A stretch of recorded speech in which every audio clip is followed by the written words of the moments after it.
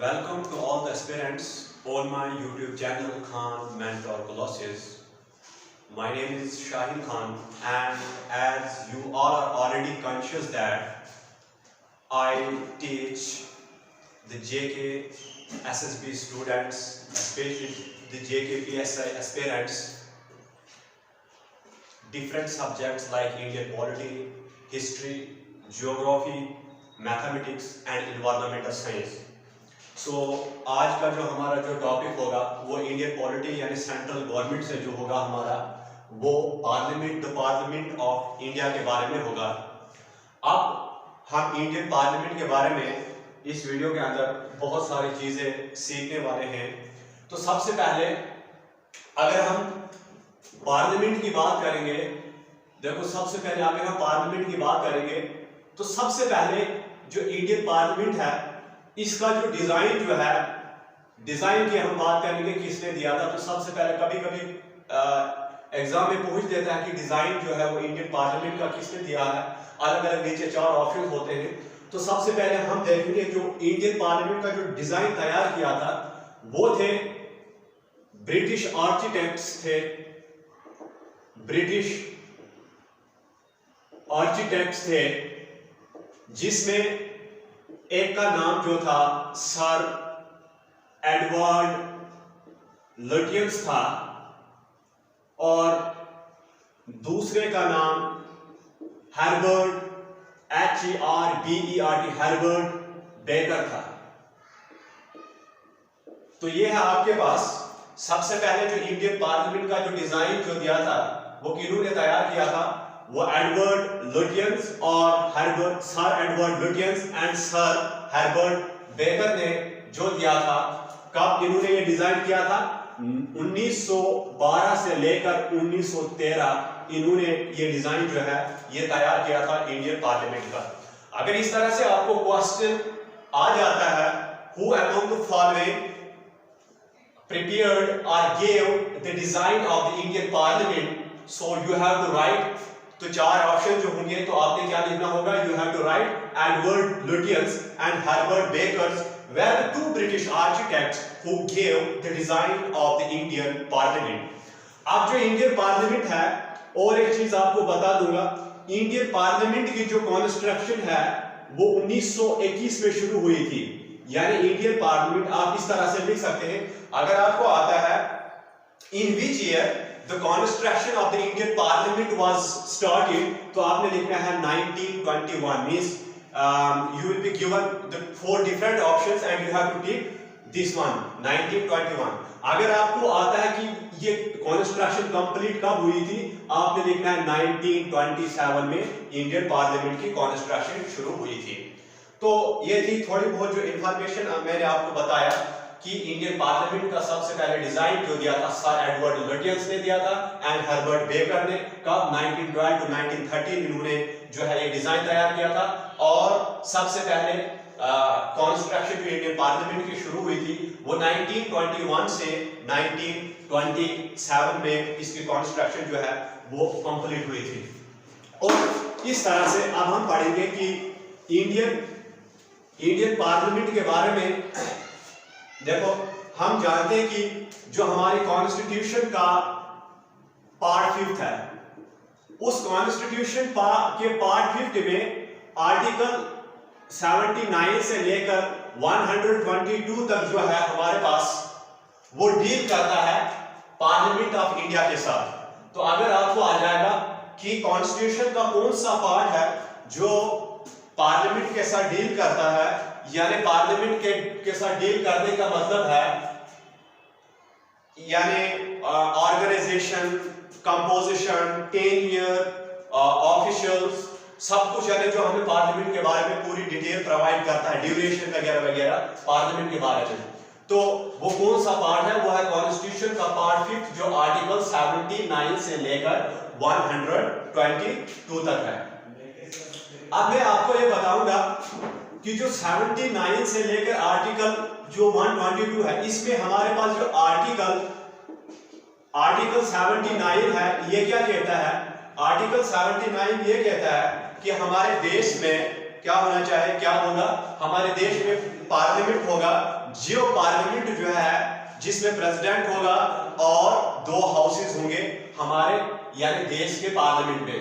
अब यानी article 79 states that in India there shall be the parliament, India में क्या होगा, पार्लियामेंट होनी चाहिए जिस पार्लियामेंट में हमारे पास क्या होगा, एक प्रेसिडेंट होगा which consist of the president and 2 houses. कितने हाउसेस होंगे हमारे पास, 2 हाउसेस। आप जानते हैं एक आ जाता है आपके पास लोकसभा और दूसरा आपके पास आ जाता है राज्यसभा। अब देखो लोकसभा और राज्यसभा में अगर आपको आ जाता है कि लोकसभा और राज्यसभा में पहला सेशन कब शुरू हुआ था, तो आपने लिखना है पहली सिटिंग आए या आपको पहला सेशन आए, तो आपने लिखना है कि 1952 में जो है लोकसभा और राज्यसभा दोनों का सेशन जो है पहला सेशन शुरू हुआ था। तो अगर आपको इस तरह का in which year the first session of Rajya Sabha और लोकसभा वाज स्टार्टेड, आपके पास 4 अलग अलग ऑप्शंस होंगे, तो आपने लिखना है 1952 में फर्स्ट टाइम जो है यानी पहली दफा जो है वो सेशन शुरू हुआ था लोकसभा में या दोनों में राज्यसभा में। जैसे कि अब हम जानते हैं, देखो और एक इंपॉर्टेंट चीज मैं आपको बता देता हूं, ये जो लोकसभा है, लोकसभा जो होता है lower house of the parliament, इसको हाउस ऑफ पीपल भी कहा जाता है। क्या कहा जाता है, house of people. Lok Sabha is also known as house of people, whereas हमारे पास जो राज्यसभा जो होता है इसको काउंसिल ऑफ स्टेट्स भी कहा जाता है, काउंसिल ऑफ स्टेट भी कहा जाता है। अगर आपको इस तरह से आ जाता है which house of the parliament is known as house of people, तो आपने लिखना है लोकसभा। अगर आपको आ जाता है which house of the parliament is also known as council of state, तो आपने लिखना है राज्यसभा।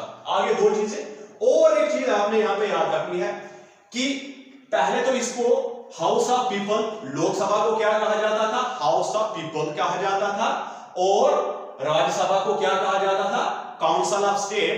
और 1954 में 1954 में हाउस ऑफ पीपल को हमारे हिंदी में नाम दे दिया गया लोकसभा, whereas 1954 में ही काउंसिल ऑफ स्टेट को नाम दे दिया गया राज्यसभा। इसलिए अगर आपको आता है when was the house of people and council of state given the Hindi name means Lok Sabha and Rajya Sabha, तो आपने लिखना है when in 1954. So we can say that in the year 1954 the house of people was given the Hindi name Lok Sabha, whereas in the same year 1954 the council of states was given the Hindi name of Rajya Sabha. This is very important from the entrance point of view.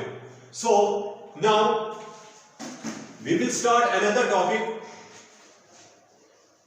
Under the same topic we are going to discuss another concept.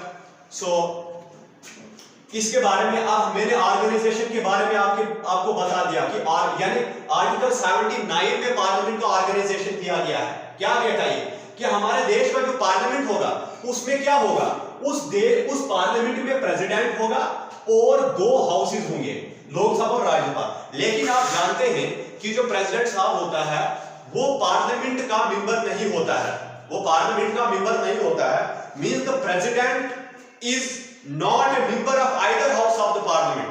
President जो होता है वो parliament के किसी भी house का member नहीं होता है, न लोकसभा का मेंबर होता है न राज्यसभा का मेंबर होता है। In spite of that the president is the integral part of the parliament. उसके बावजूद भी प्रेसिडेंट क्या होता है, integral part of the parliament होता है। जैसे कि हम जानते हैं जो प्रेसिडेंट होता है वो पार्लियामेंट में तो नहीं बैठता है, लेकिन उसके बावजूद भी वो integral part of the parliament होता है। जैसे हम जानते हैं कि प्रेसिडेंट जो होता है वो राष्ट्रपति भवन में बैठता है, right, the president sits in Rashtrapati Bhavan, लेकिन फिर भी वो पार्लियामेंट का एक इंटीग्रल पार्ट होता है। क्यों? Because the bills which are introduced in the either house of the parliament, चाहे लोकसभा में या राज्यसभा में जो बिल हमारे पास इंट्रोड्यूस होती है, वो बिल लास्ट पे साइन किसके द्वारा की जाती है? प्रेसिडेंट उस बिल को साइन करता है, उस बिल की मंजूरी, उस बिल को असेंट, उस बिल का अप्रूवल कौन करता है? वो प्रेसिडेंट के साइन से ही होता है। इसलिए हम कह सकते हैं the president of India is not a member of either house of the parliament but the integral part of the parliament, because any bill, कोई भी bill which is introduced in the either house of the parliament cannot become a law unless it is approved, it is assented, it is signed by the president of India. So हम organization में क्या पढ़ा कि हमारी जो parliament है that consists of Lok Sabha, Rajya Sabha and president. तो ये आ गया हमारे पास organization of the parliament of India. Organization मतलब इसके ऑर्गन्स के बारे में हम पढ़ते हैं। एक है हाउसेस, तो दो है, लोकसभा है, राज्यसभा है, और उसके बाद तीसरा इसका ऑर्गन जो होता है वो प्रेसिडेंट भी इसका ऑर्गन होता है। जबकि हाउसेस हमारे पास दो होते हैं, एक होता है लोकसभा, एक होता है राज्यसभा।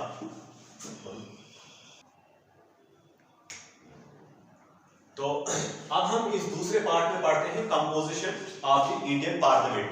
हम पार्लियामेंट की कंपोजिशन के बारे में पढ़ते हैं। देखो हमारे पास, हम जानते हैं कि हमारे पास जो पार्लियामेंट में दो हाउसेस होते हैं, एक होता है हमारे पास लोकसभा और दूसरा होता है राज्यसभा। क्या होता है? एक होता है लोकसभा और दूसरा होता है राज्यसभा। लोकसभा को लोअर हाउस कहा जाता है, वेयर एज राज्यसभा को अपर हाउस कहा जाता है। Lok Sabha is also known as lower house, whereas Rajya Sabha is known as upper house। अब ये जो लोकसभा और राज्यसभा पार्लियामेंट के दो हाउसेस हैं, ये जो हमारे पास पार्लियामेंट का जो मॉडल बनता है, ये पार्लियामेंट्री सिस्टम जो है, ये पार्लियामेंट्री फॉर्म है, ये हमने कहां से लिया हुआ है? ये हमने ब्रिटेन से लिया हुआ है, यानी हमने यूके से लिया हुआ है। अगर आपको आ जाता है from which country we have borrowed or we have taken or we have copied the parliamentary form, यानी पार्लियामेंट्री फॉर्म जो, यानी लोकसभा और राज्यसभा जो है, हमारे पार्लियामेंट में दो हाउसेस हैं, लेकिन इसका जो लोअर हाउस और अपर हाउस, लेकिन इसका कंसेप्ट हमने कहां से लिया हुआ है? इसका कंसेप्ट या इसकी नकल जो हमने की है वो ब्रिटेन से की है। क्या किया है? ब्रिटेन पार्लियामेंट से की हुई है। इसीलिए इसको कहा जाता है वेस्टमिनिस्टर मॉडल। क्या कहा जाता है? Westminster model. हमारा जो पार्लियामेंट्री फॉर्म है, यानी जो पार्लियामेंट की जो कंपोजिशन है लोकसभा और राज्यसभा, इसको वेस्टमिनिस्टर मॉडल भी कहा जाता है। इसको वेस्टमिनिस्टर मॉडल क्यों कहा जाता है? क्योंकि हमने जो ये पार्लियामेंट की जो हमारे पास पार्लियामेंट का जो ये लोकसभा और राज्यसभा से मिलकर जो हमारे पास पार्लियामेंट बनता है, ये वाला सिस्टम जो है ये हमने कहां से लिया हुआ है? ये हमने ब्रिटेन से लिया हुआ है, यानी यूके से लिया है। यानी मैं आपको कंपोजिशन के बारे में बता रहा था कि जो हमारे जो पार्लियामेंट है वो दो हाउसेस से मिलकर बनी हुई है। एक आ गया हमारे पास लोअर हाउस, दूसरा आ गया हमारे पास अपर हाउस, यानी हमारे पास आ गया लोकसभा और राज्यसभा। अब ये जो दो हाउसेस हैं, इनका जो हमने कंसेप्ट है इस पार्लियामेंट के दो हाउसेस का, या पार्लियामेंट का जो हमने ये वाला सिस्टम जो है दो हाउसेस का, पार्लियामेंट के दो हाउसेस का जो सिस्टम है, यानी अपर हाउस और लोअर हाउस, इसका कंसेप्ट या इसको हमने कहां से कॉपी किया हुआ है? ब्रिटेन से कॉपी किया हुआ है। इसीलिए इसको वेस्टमिनिस्टर मॉडल कहा जाता है। अब आप कहेंगे अगरचे हमने पार्लियामेंट्री सिस्टम है, यानी जो लोकसभा और राज्यसभा से मिलकर हमारा पार्लियामेंट बनता है, और इसकी कॉपी यानी कहां से ये मॉडल हमने नकल किया है? ये ब्रिटेन से नकल किया हुआ है। फिर वेस्टमिनिस्टर मॉडल क्यों कहा जाता है? ये इसलिए कहा जाता है क्योंकि जो ब्रिटेन का पार्लियामेंट है वो जिस जगह वाक़ा है, जिस जगह लोकेटेड है, उसको कहा जाता है, उस जगह का नाम है वेस्टमिनिस्टर। उस जगह का नाम क्या है? वेस्टमिनिस्टर। इसीलिए इसको पैलेस ऑफ वहां की पार्लियामेंट को पैलेस ऑफ वेस्टमिनिस्टर भी कहा जाता है। और वहीं से, यानी उस जब वेस्टमिनिस्टर पे वहां की जो पार्लियामेंट है, वही पार्लियामेंट हमने नकल की हुई है, यानी वहीं से हमने नकल की हुई है। किसकी नकल? दो हाउसेस की, पार्लियामेंट की दो हाउसेस की, अपर हाउस की और लोअर हाउस की। आई होप आपको इतना समझ आ गया कि जो पार्लियामेंट, जो हमारा पार्लियामेंट है उसको यानी जो हमारा पार्लियामेंट है उसको हम वेस्टमिनिस्टर मॉडल क्यों कहते हैं? वेस्टमिनिस्टर मॉडल इसलिए कहते हैं क्योंकि हमारे पास जो पार्लियामेंट जो है यानी जो पार्लियामेंट के दो हाउसेज हैं, अपर हाउस और लोअर हाउस हमारे पास जो है उसकी नकल या उसको हमने कहां से लिया हुआ है? उसको हमने ब्रिटेन से लिया हुआ है, वो ब्रिटेन से लिया हुआ है, दैट इज व्हाई हम उसको वेस्टमिनिस्टर मॉडल कहते हैं। अगर वेस्टमिनिस्टर मॉडल कहते हैं कि ब्रिटेन से लिया हुआ है तो वेस्टमिनिस्टर मॉडल क्यों कहते हैं? वेस्टमिनिस्टर मॉडल इसलिए कहते हैं क्योंकि ब्रिटेन की जो पार्लियामेंट जो लोकेटेड है वो कहां पे लोकेटेड है? वेस्टमिनिस्टर में लोकेटेड है और उसको वहां पे पैलेस ऑफ वेस्टमिनिस्टर कहा जाता है। इसीलिए हमने वहां से कॉपी जो किया है इसको, इसीलिए इसको वेस्टमिनिस्टर मॉडल भी कहा जाता है। मुझे उम्मीद है कि आपको वेस्टमिनिस्टर मॉडल समझ आ गया। तो दूसरी चीज अब हम कंपोजिशन के बारे में पढ़ रहे थे। देखो सबसे पहले अब कंपोजिशन में मैं आपको बात करूंगा, किसकी मैं बात करूंगा? मैं सबसे पहले बात करता हूं राज्यसभा का। क्या बात करता हूं? राज्यसभा की। अब देखो राज्यसभा जो है इसको अपर हाउस भी कहा जाता है। राज्यसभा को क्या कहा जाता है? अपर हाउस भी कहा जाता है। राज्यसभा को जो है काउंसिल ऑफ स्टेट्स भी कहा जाता है, काउंसिल ऑफ स्टेट्स भी कहा जाता है। राज्यसभा को वॉइस ऑफ स्टेट्स भी कहा जाता है और राज्यसभा को सेकंड चैम्बर भी कहा जाता है। क्या कहा जाता है? सेकंड चैम्बर कहा जाता है। अगर आपको ऐसे आ सकता है कि राज्यसभा को upper house of the parliament is also known as Rajya Sabha. Rajya Sabha is also known as upper house of the parliament. Rajya Sabha is also known as council of states. Rajya Sabha is also known as voice of states. Rajya Sabha is also known as second chamber. I hope you understand. अच्छा, मैंने आपको एक चीज जो बताई थी कि हमने इसकी नकल कहां से की हुई है? ब्रिटेन से की हुई है। ब्रिटेन में भी क्यों? क्योंकि हमारे पास दो हाउसेज है ना, इसका मतलब है कि ब्रिटेन में भी अगर ब्रिटेन पार्लियामेंट की हमने नकल की हुई है उसी बेस पे हमने पार्लियामेंट में दो हाउसेज रखे, इसका मतलब है वहां पे भी दो हाउसेज होंगे। अब जो ब्रिटेन में आपको पता होना चाहिए जो दो हाउसेज होते हैं, जो वहां पे जो लोअर हाउस है उसको हाउस ऑफ कॉमन्स कहा जाता है और वहां पर जो अपर हाउस है उसको हाउस ऑफ लॉ कहा जाता है। क्या कहा जाता है? यानी अगरचे हमने ब्रिटेन से पार्लियामेंट अपनी जो हमारे पार्लियामेंट में जो दो हाउसेज हैं उसकी नकल हमने कहां से की हुई है? ब्रिटेन से नकल की हुई है। इसका मतलब है कि ब्रिटेन के पार्लियामेंट में भी दो हाउसेज होंगे जबकि हमने वहां से नकल की हुई है।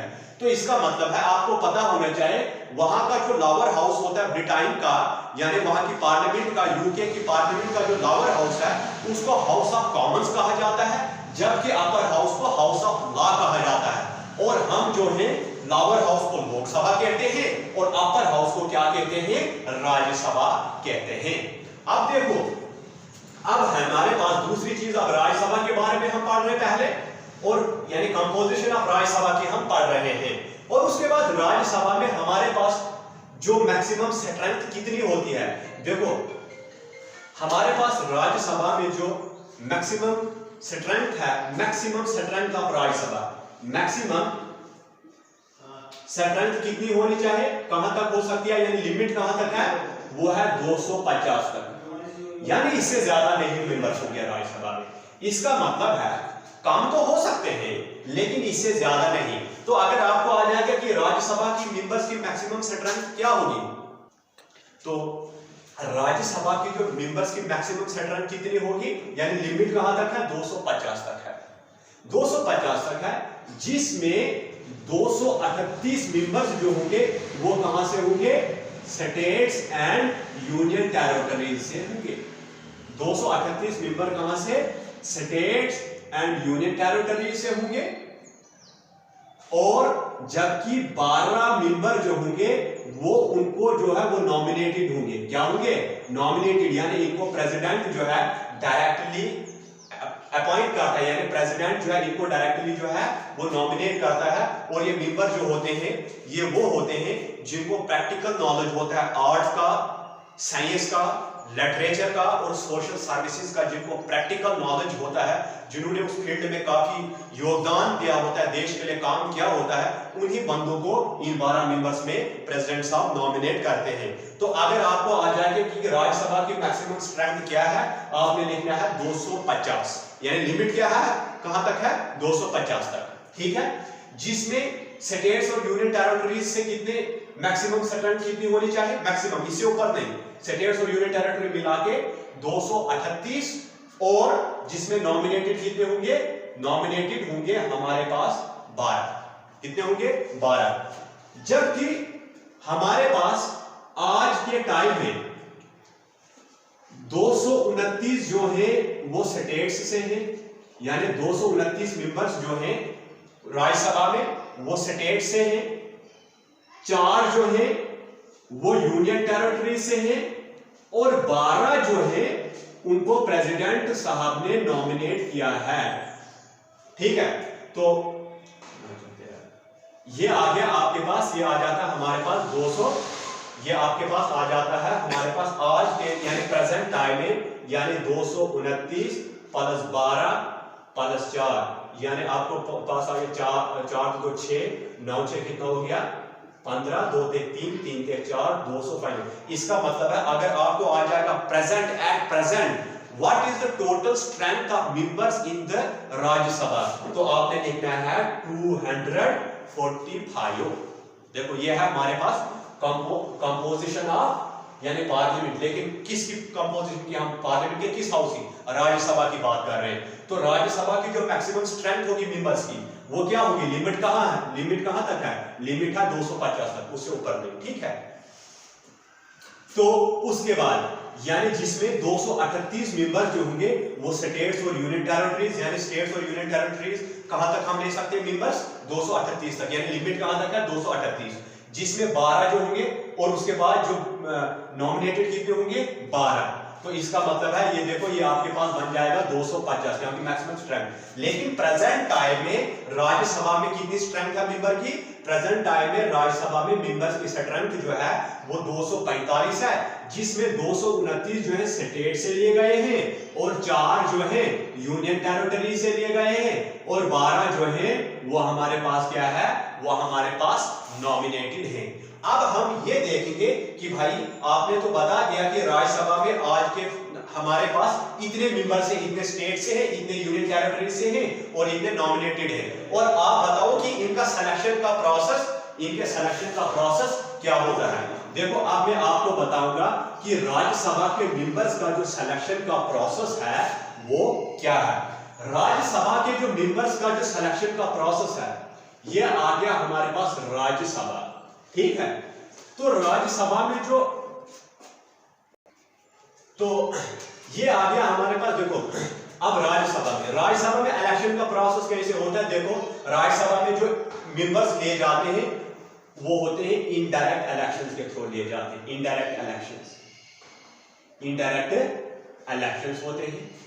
और दूसरा क्या होता है, प्रोपोर्शनल रिप्रेजेंटेशन होती है। क्या होता है, प्रोपोर्शनल रिप्रेजेंटेशन। क्या होता है, प्रोपोर्शनल रिप्रेजेंटेशन होता है, यानी इनडायरेक्ट इलेक्शंस होते हैं और प्रोपोर्शनल रिप्रेजेंटेशन होती है। अब मुझे आप एक चीज बताओ, इनडायरेक्ट इलेक्शन का मतलब ये हुआ कि आप बताओ इनडायरेक्ट इलेक्शन तो होते हैं, लेकिन कौन, देखो कौन वोट देता है। देखो हर स्टेट के एमएलए जो होते हैं वही वोट करते हैं और वही जो है वोट करके अपने में से ही जो इनमें से जो एमएलए को ही राज्यसभा के लिए भेजते हैं वोट डाल के। देखो इसका मतलब है कि राज्यसभा मेंबर जो लिए जाते हैं उनके लिए वोट कौन करता है, अपने अपने स्टेट के एमएलए जो है उसके लिए वोट कास्ट करते हैं, ठीक है। अपने अपने स्टेट्स के एमएलए जो है उसके लिए वोट कास्ट करते हैं। अब जो वहां पे जो वोटिंग का प्रोसेस होता है वो क्या होता है, आपको पता है कि वो जो होता है वो प्रेफरेंस वाइज होता है, यानी proportional representation in accordance with single transferable vote. क्या होता है, सिंगल ट्रांसफरेबल वोट। अब सिंगल ट्रांसफरेबल वोट होता है। सिंगल ट्रांसफरेबल वोट में मैंने आपको बताया था कि प्रेफरेंस वाइज वोट डाला जाता है, यानी आपके पास अगर आपके पास अगर 4 कैंडिडेट्स हैं तो आप प्रेफरेंस वाइज वोट, पहला प्रेफरेंस, दूसरा प्रेफरेंस, तीसरा प्रेफरेंस, चौथा। फिर काउंटिंग में देखा जाता है कि पहला प्रेफरेंस में किसको कितने परसेंट आए, जिसको सबसे कम होंगे उसके वोट हो जाते हैं ऊपर ट्रांसफर, 3 वालों में से ट्रांसफर हो, 3 में ट्रांसफर हो जाएंगे।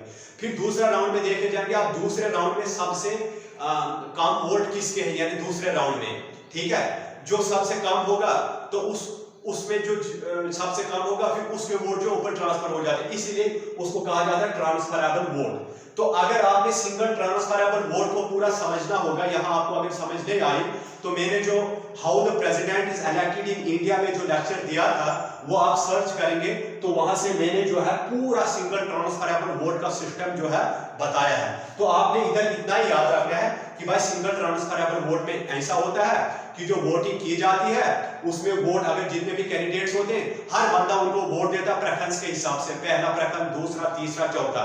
फिर जब वोटिंग होती है तो जितने जो कम रेस में होते हैं उनके वोट ट्रांसफर होते जाते हैं जब तक ना जो सबसे ज्यादा वाले जो ऊपर वाले होते हैं वही सेलेक्ट हो जाएंगे, ठीक है ना। तो उसको कहा जाता है सिंगल ट्रांसफरेबल वोट। इससे हमें पता चला कि जो राज्यसभा मेंबर्स होते हैं, राज्यसभा मेंबर्स जो होते हैं वो कौन इलेक्ट करता है, वो हर स्टेट के एमएलए उसके वोट देते और अपने अपने स्टेट से उनको भेजते हैं। यानी कौन वोट करता है, हर स्टेट के जो असेंबली में जो एमएलए होते हैं वही वोट डाल के जो है वो मेंबर इलेक्ट करके राज्यसभा में उनको भेजते हैं। अब मुझे प्रोपोर्शनल रिप्रेजेंटेशन का मतलब क्या है कि जो मेंबर जो राज्यसभा में लिए जाते हैं वो स्टेट की आबादी के हिसाब से लिए जाते हैं। यानी स्टेट की ज्यादा आबादी होगी तो ज्यादा मेंबर्स ले जाएंगे, स्टेट की कम आबादी होगी तो कम मेंबर्स ले जाएंगे। जिस तरह से हम जानते हैं यूपी की आबादी सबसे ज्यादा है तो यूपी से जो है राज्यसभा मेंबर कितने लिए जाते हैं, 31 ले जाते हैं। जबकि हमारे पास सिक्किम की जो पॉपुलेशन है, आई थिंक सिक्किम ही होगा स्टेट जिसकी पॉपुलेशन सबसे कम है, तो उसमें कि वहां से कितने राज्यसभा मेंबर ले जाते हैं, 1 लिया जाता है। इसका मतलब यही हो गया प्रोपोर्शनल रिप्रेजेंटेशन, यानी स्टेट की पॉपुलेशन के बेसिस पे मेंबर्स ले जाते हैं। स्टेट की ज्यादा पॉपुलेशन होंगे तो ज्यादा मेंबर्स ले जाएंगे उस स्टेट से राज्यसभा के लिए, अगर कम जो आबादी होगी उस स्टेट की तो कम मेंबर्स ले जाएंगे।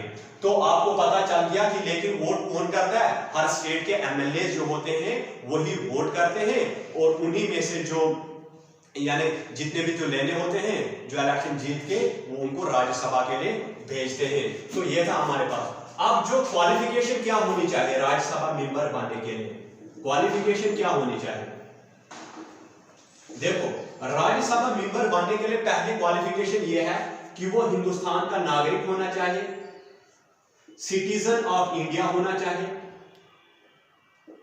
दूसरा जो होगा हमारे पास सिटीजन ऑफ इंडिया तो होगा, ठीक है, उसके बाद वो क्या होना चाहे, उसके बाद उसकी एज जो होगी वो 30 इयर्स कंप्लीट होनी चाहिए। राज्यसभा मेंबर आपको कभी कभी आ जाता है कि राज्यसभा मेंबर बनने के लिए जो कम से कम एज कितनी कंप्लीट होनी चाहिए, कम से कम एज जो होनी चाहिए वो 30। अपर की तो कोई लिमिट नहीं है, अपर जितनी भी हो, लेकिन कम से कम जो उसकी एज जो है वो 30 कंप्लीट होना चाहिए। उसके बाद सी जो है ऑफिस ऑफ प्रॉफिट नहीं होल्ड करना चाहिए, ऑफिस ऑफ प्रॉफिट, यानी इसके अलावा वो कहीं और जो राज्यसभा का मेंबर है तो समझो वो यहीं पे समझो किसी का एम्प्लॉयड है, दूसरी कोई मतलब वो दूसरी कोई नौकरी नहीं कर सकता है या किसी ऐसे काम में इंगेज नहीं हो सकता है जहां से उसका सोर्स ऑफ इनकम बने, that is office of profit. तो ये आ गया। और उसके बाद क्या है, ये आगे उसकी क्वालिफिकेशंस, ये आगे उसके क्वालिफिकेशंस। और डिस्क्वालिफिकेशन क्या हो सकते हैं, देखो डिस्क्वालिफिकेशन अगर वो अनसाउंड माइंड है, अनसाउंड माइंड है यानी उसका अगर वो जो है मेंटली डिस्टर्ब्ड है, अनसाउंड माइंड अगर है तो उस बेसिस पे क्या होगा, वो डिस्क्वालीफाई हो जाएगा as a member of Rajya Sabha. या दूसरा जो आरओपी रिप्रेजेंटेशन ऑफ ये आगे आपके पास पॉपुलेशन सॉरी रिप्रेजेंटेशन ऑफ यानी अनसाउंड माइंड भी नहीं होना चाहिए। और ROP representation of people act 1951 में ये पूरा प्रोसीजर, वो पूरे जो डिस्क्वालिफिकेशन दिए होंगे कि किस बेसिस पे वो क्या हो जाएगा, वो डिस्क्वालीफाई हो जाएगा। तो रिप्रेजेंटेशन ऑफ पीपल एक्ट 1951 में जितनी भी जो डिस्क्वालिफिकेशंस दी हुई हैं उनमें से अगर एक भी उसमें है तो वो डिस्क्वालीफाई हो जाता है as a member of Rajya Sabha, वो क्वालिफाई नहीं हो सकता है। यानी ROP representation of people act 1951, ROP representation of people act 1951, इसमें पूरा प्रोसीजर दिया है कि किस बेसिस पे उसकी डिस्क्वालिफिकेशन हो सकती है अगर वो अनसाउंड माइंड है। और इस एक्ट के अंदर जितने भी जो डिस्क्वालिफिकेशंस दिए हुए हैं तो उनमें से अगर एक भी उसके अंदर जो डिस्क्वालिफिकेशन वो पोजेस करता है, ही विल बी डिस्क्वालिफाइड और she will be disqualified as a member of Rajya Sabha. तो दूसरी चीज इसके बारे में आपने ध्यान रख लेना है कि इसका जो टेनियर क्या होगा। देखो राज्यसभा मेंबर का जो टेनियर जो होता है, राज्यसभा मेंबर का जो टेनियर होता है वो 6 साल का होता है। कितने का होता है? 6 साल का होता है, 6 इयर्स। आपको होगा राज्यसभा मेंबर का जो टेनियर होगा वो कितना होता है? 4, 5, 6 साल। तो आपने किसको करना है? 6 साल। और फॉर सेक ऑफ नॉलेज आपने याद रखना होगा कि हर दूसरे साल जो है राज्यसभा के मेंबर जो है हर दूसरे साल वो 1/3 यानी टोटल में 1/3 रिटायर होते जाते हैं हर दूसरे साल। जबकि एक मेंबर का टेनियर जो है वो क्या होता है? 6 साल का टेनियर होता है। अब हम पढ़ेंगे जो राज्यसभा का जो प्रिजाइडिंग ऑफिसर होता है, राज्यसभा के प्रिजाइडिंग ऑफिसर। तो ये चीजें मैंने आपको बताया, स्क्रीनशॉट करके आप इसको पॉज करके आप ये उतार भी सकते हैं। तो अब मैं आपको बताऊंगा कि प्रिजाइडिंग ऑफिसर या एक्स ऑफिसर चेयरमैन। देखो अब हमारे पास है जो प्रिजाइडिंग ऑफिसर राज्यसभा का। देखो मैं क्या बता रहा हूं प्रिजाइडिंग ऑफिसर। देखो जो लोकसभा का प्रिजाइडिंग ऑफिसर होता है वो स्पीकर होता है। कौन होता है? वो स्पीकर होता है। जबकि राज्यसभा का जो प्रिजाइडिंग ऑफिसर होता है वो एक्स ऑफिशियो चेयरमैन होता है या उसको आप वाइस प्रेसिडेंट कहते हैं। दो चीजें आपने इंपॉर्टेंट चीज याद रखनी होगी। जो राज्यसभा का जो प्रिजाइडिंग ऑफिसर है राज्यसभा का यानी वाइस प्रेसिडेंट, वो राज्यसभा का मेंबर नहीं होता है। जबकि यानी राज्यसभा का मेंबर नहीं होता है, जबकि जो लोकसभा का प्रिजाइडिंग ऑफिसर यानी जो स्पीकर होता है वो लोकसभा का मेंबर होता है। क्योंकि एमपीज जो होते हैं एमपीज ही आपस में एक बंदा इलेक्ट करते हैं किसके लिए? स्पीकर ऑफ द लोकसभा के लिए। तो आपने ये चीज याद रखनी होगी कि जो राज्यसभा का जो प्रिजाइडिंग ऑफिसर है, राज्यसभा का जो प्रिजाइडिंग ऑफिसर है या राज्यसभा का जो चेयरमैन होता है वो राज्यसभा का मेंबर नहीं होता है, वो राज्यसभा का मेंबर नहीं होता है। जबकि राज्यसभा का जो डिप्टी चेयरमैन होता है वो राज्यसभा का मेंबर होता है, यानी मेंबर ऑफ द पार्लियामेंट यानी राज्यसभा का मेंबर होता है। I hope you understand. जबकि प्रिजाइडिंग ऑफिसर जो लोकसभा का होगा वो लोकसभा का मेंबर है, वो भी एक एमपी है। वो एमपीज में से ही इलेक्ट करते हैं एक बंदे को किसके लिए? जो लोकसभा का स्पीकर के लिए। यानी जो और लोकसभा के स्पीकर को ही प्रिजाइडिंग ऑफिसर ऑफ लोकसभा कहा जाता है। तो हमें पता चला जो प्रिजाइडिंग ऑफिसर ऑफ लोकसभा होता है वो लोकसभा का ही मेंबर होता है, जबकि जो प्रिजाइडिंग ऑफिसर जो होता है राज्यसभा का होता है वो राज्यसभा का मेंबर नहीं होता है। लेकिन जबकि उसी हाउस का जो यानी चेयरमैन यानी ex officio chairman presiding officer Rajya Sabha का मेंबर नहीं होता है, लेकिन उसी हाउस का चेयरमैन के बाद जो डिप्टी चेयरमैन है वो राज्यसभा का मेंबर होता है। और लोकसभा का जो स्पीकर होगा, लोकसभा का जो प्रिजाइडिंग ऑफिसर होगा वो लोकसभा का मेंबर है, जबकि राज्यसभा का प्रिजाइडिंग ऑफिसर राज्यसभा का मेंबर नहीं है। ये बहुत इंपॉर्टेंट चीज थी जो मैंने आपको बताना था कि एग्जामिनेशन पॉइंट ऑफ व्यू से बहुत ही ज्यादा इंपॉर्टेंट होता है। चलो अब हम चलते हैं लोकसभा पे।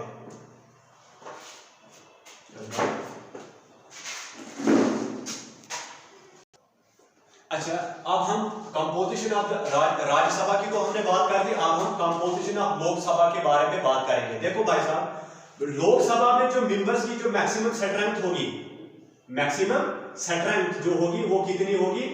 552। बस ये लिमिट है 552। तो मैक्सिमम स्ट्रेंथ कितनी होनी चाहिए? 552। इससे ऊपर नहीं जा सकते, लिमिट है। इससे नीचे रहेगा ठीक है, लेकिन इससे ऊपर नहीं है। जबकि 552 जो होनी चाहिए वो मैक्सिमम स्ट्रेंथ होगी, जिसमें 530 जो होंगे वो स्टेट्स के लिए होंगे, यानी स्टेट्स के लिए जो मैक्सिमम मेंबर्स कितने होने चाहिए लोकसभा में? मैक्सिमम 530 तक लिए जा सकते हैं। और यूनियन टेरिटरीज के लिए मैक्सिमम कितने लिए जा सकते हैं? मैक्सिमम जो है वो 20 लिए जाते हैं, जबकि 2 जो होता है प्रेसिडेंट नॉमिनेट करता है डायरेक्टली, वो एंग्लो इंडियन कम्युनिटी से बिलोंग करते हैं, एंग्लो इंडियन कम्युनिटी से बिलोंग करते हैं। ये 2 जो है ये प्रेसिडेंट नॉमिनेट करता है। अब आपको पता चला कि जो हमारे पास लोकसभा है, लोकसभा की मैक्सिमम स्ट्रेंथ क्या है? 552 है। यानी लिमिट कहां तक है? इधर। जिस 552 में मैक्सिमम स्टेट के लिए कितने सीट्स है हमारे पास वहां पे? मैक्सिमम, यानी लिमिट कहां तक है? 530। और यूनियन टेरिटरीज के लिए 20। तो 2 आगे हमारे पास एंग्लो इंडियन कम्युनिटी, तो टोटल कितना बन गया? 552 बन गया। 530, 20 और 2 552। लेकिन आज के टाइम में, प्रेजेंट टाइम में अगर आपको बताएगा कि जो हमारे पास जो लोकसभा में जो मेंबर्स की स्ट्रेंथ कितनी है, तो आपने क्या लिखना है? आपने लिखना है 543। अगर इस तरह से क्वेश्चन होगा, what is the strength of members in the Lok Sabha at present, यानी प्रेजेंट में जो लोकसभा में मेंबर्स की टोटल स्ट्रेंथ कितनी है, तो आपने लिखना है 543। अब इस 543 में 530 जो है वो है स्टेट्स से, यानी 530 मेंबर्स जो है वो स्टेट से, जबकि 13 मेंबर जो है वो यूनियन टेरिटरी से हैं। और एंग्लो इंडियन, अब नॉमिनेट 2019 के बाद नॉमिनेटेड मेंबर कोई भी नहीं है लोकसभा के बाद। आपको ऐसे भी क्वेश्चन डाल सकता है कि आप बताओ प्रेजेंट टाइम में लोकसभा में कितने नॉमिनेटेड मेंबर हैं, तो आपको पता होना चाहिए कि प्रेजेंट टाइम में लोकसभा में कोई भी नॉमिनेटेड मेंबर नहीं है। प्रेजेंट टाइम में कोई भी नॉमिनेटेड मेंबर नहीं है, तो नॉमिनेटेड हो गया रिजेक्ट। तो बाद में कितना रहा? वो रहा हमारे पास स्टेट से है आज के टाइम में 530, और यूनियन टेरिटरी से हमारे पास कितने हैं वहां पे मेंबर लोकसभा में? 13। तो कितना बन जाता है? 543। तो प्रेजेंट टाइम में लोकसभा में जो मेंबर की स्ट्रेंथ कितनी है? वो 543 है, जबकि मैक्सिमम हमारे पास कहां तक हो सकती है? 552। तो स्टेट्स के लिए मैक्सिमम लिमिट, मैक्सिमम क्या है? 530। यूनियन टेरिटरीज के लिए मैक्सिमम क्या हुआ? 20। लेकिन आज के टाइम में हमारे पास टोटल स्ट्रेंथ क्या है? What is the total strength of member in the Lok Sabha at present? वो है हमारे पास 543।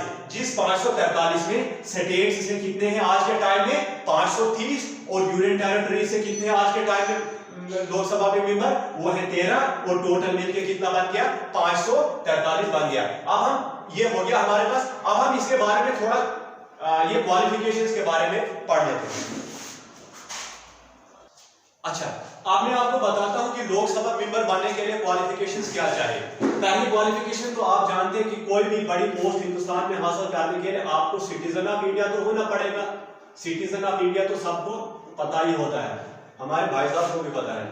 अच्छा, उसके बाद हमारे पास दूसरी चीज जो आती है हमारे पास सिटीजन ऑफ इंडिया के बाद, जो मैंने जिस तरह आपको बताया, राज्यसभा मेंबर बनने के लिए आपको जो एज कंप्लीट कितनी होनी चाहिए? 30 साल कंप्लीट होनी चाहिए। तो लोकसभा मेंबर बनने के लिए आपकी एज कंप्लीट होनी चाहिए 25 इयर्स। भाई साहब अगर आपकी एज 25 ईयर कंप्लीट है तो आप प्राइम मिनिस्टर भी बन सकते हैं, ठीक है। तो इसका मतलब है कि लोकसभा का मेंबर बनने के लिए आपको कम से कम 25 साल की एज मुकम्मल होनी चाहिए। अभी मेरे को 2 साल है, फिर हम भी बन जाएंगे लोकसभा के मेंबर। हम भी एमपी के इलेक्शन लड़ लेंगे अगर वोट शोट लोग देंगे, क्योंकि फैन फॉलोइंग हम बढ़ा रहे हैं। तो उसके बाद हमारे पास, बीच में हंसी मजाक ऐसे कर देता हूं, और उसके बाद हमारे पास तीसरी चीज हमारे पास क्या आ गई? सिटीजन ऑफ इंडिया के बाद हमारे पास जो एज होनी चाहिए वो 25 साल की होनी चाहिए। अच्छा, उसके बाद प्रॉफिट ऑफ हाउस, यानी house of profit. House of profit का मतलब ये हुआ कि यानी वो राज्यसभा का मेंबर जो लोकसभा का मेंबर है, तो उसका इनकम का सोर्स यही होगा। वो दूसरी कोई मुलाजमत नहीं कर सकता है, या किसी दूसरे सोर्स में वो इन्वॉल्व नहीं हो सकता है जो उसका सोर्स ऑफ इनकम बनेगा। इसी को कहते हैं हाउस ऑफ प्रॉफिट। तो उसके बाद जो है हाउस ऑफ प्रॉफिट, तो ये आ गया।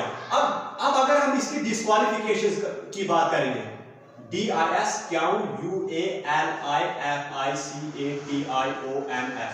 डिस्क्वालिफिकेशंस की बात अगर हम करेंगे तो वो जो होना चाहिए मेंटली अनसाउंड नहीं होना चाहिए। वो क्या होना चाहिए? मेंटली अनसाउंड नहीं होना चाहिए। दूसरा नंबर आरओपी एक्ट 1951 यानी representation of people act. ROP means representation of people act 1951 में वो तमाम चीजें दी हुई हैं कि किस बेसिस पे वो डिस्क्वालिफाइड हो सकता है as a member of Lok Sabha. अगर उन तमाम चीजों में से जो इस एक्ट में दी हुई है, आरओपी एक्ट आप सर्च कर सकते हैं और उसको आप पढ़ सकते हैं कि क्या क्या डिस्क्वालिफिकेशन, क्या क्या रीजन है जिसकी वजह से वो डिस्क्वालिफाइड हो सकता है as a member of Lok Sabha. अगर उन तमाम डिस्क्वालिफिकेशंस में यानी वो क्रिमिनल बैकग्राउंड से नहीं होना चाहिए, उसने ऐसा काम नहीं किया होना चाहिए कि जिससे ब्रदरहुड में फर्क आई हो, यानी हेड स्पीचेस दी हो, या वो जेल गया होगा किसी क्राइम करने के बाद, तो ऐसी ऐसी चीजें उसमें पूरे रिप्रेजेंटेशन ऑफ पीपल एक्ट 1951 में दी हुई है।